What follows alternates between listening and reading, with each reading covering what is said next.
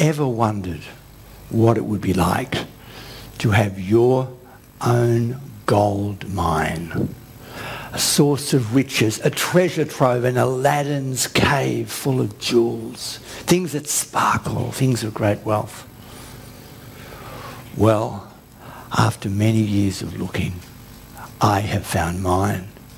And by the end of this talk, my intention is that if you haven't found yours yet, you will be motivated to look.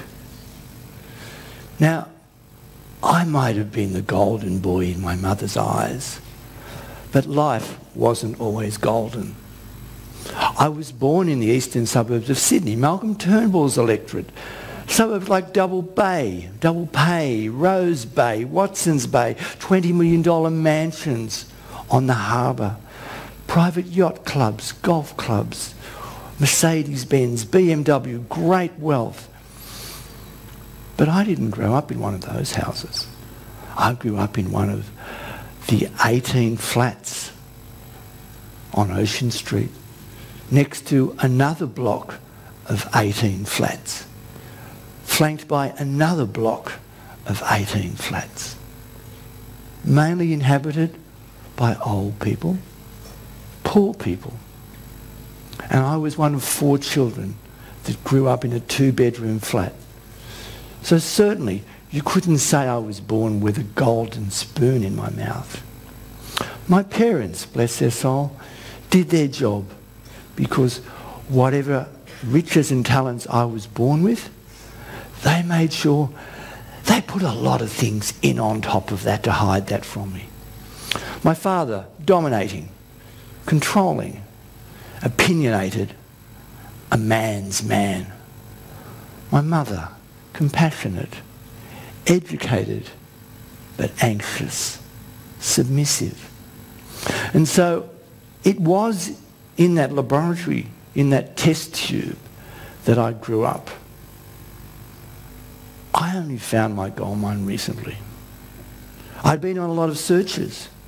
You see, gold is one of those things, it's in our DNA. Gold is associated with kings, with wealth, with power, the Catholic Church. And so I thought it was reasonable to seek after such things. Position, fame, authority. I saw those people around me with their German cars, their expensive clothes, their Rolex watches, the beautiful women with the pearls and jewels. And I wanted to be like them because I thought that was the pinnacle of life. And because I hadn't been born with that, my assumption was I didn't have it. And I would need money to get that. And my life became a pursuit of money based on the fact that I was not enough, that I didn't have enough. And if one day, if I just did the right thing or studied the right course or married the right person, that I might have that and I would be enough. Now, I went on many treasure hunts, bought many treasure maps, followed many gurus, and I did come back with some wealth. But I never came back with that sense of being enough, the gold within. And that's what my talk is about today. You see, I didn't find the gold for 2 reasons. One was because I didn't know what I was looking for. I was looking for the wrong sort of gold. Sure, those people in their wealthy mansions and their wealthy clothes, it looked to me as if they had gold. But now I can tell that what they had, even though it sparkled and it shone, it was fool's gold. The other thing is, I was looking in the wrong places. You see, I was looking for the gold outside of me, when really all the time it was right under my nose. I'm going to excuse myself for that. Because if any of you have a look now and see what's under your nose, I think you'll find it's very difficult. I can't see what's under my chin, can you? What enabled me to see was the reflection, a mirror, other people. But often the reflection that other people showed me was not what I wanted to see. And so I rejected it. So I was looking in the wrong place for the wrong thing. Well, now, I know what gold is. I actually have some. I'm going to get you to pass this round and feel it soon. This is a 5-ounce gold bar from the Perth Mint. But here's my question to you. What is this really worth? Is this real wealth? If you're dying of cancer, what use is this gold to you? If you're quadriplegic, what use is this gold to you? If you have a big house and your children are on drugs or lost to you or suiciding, what good is this gold to you?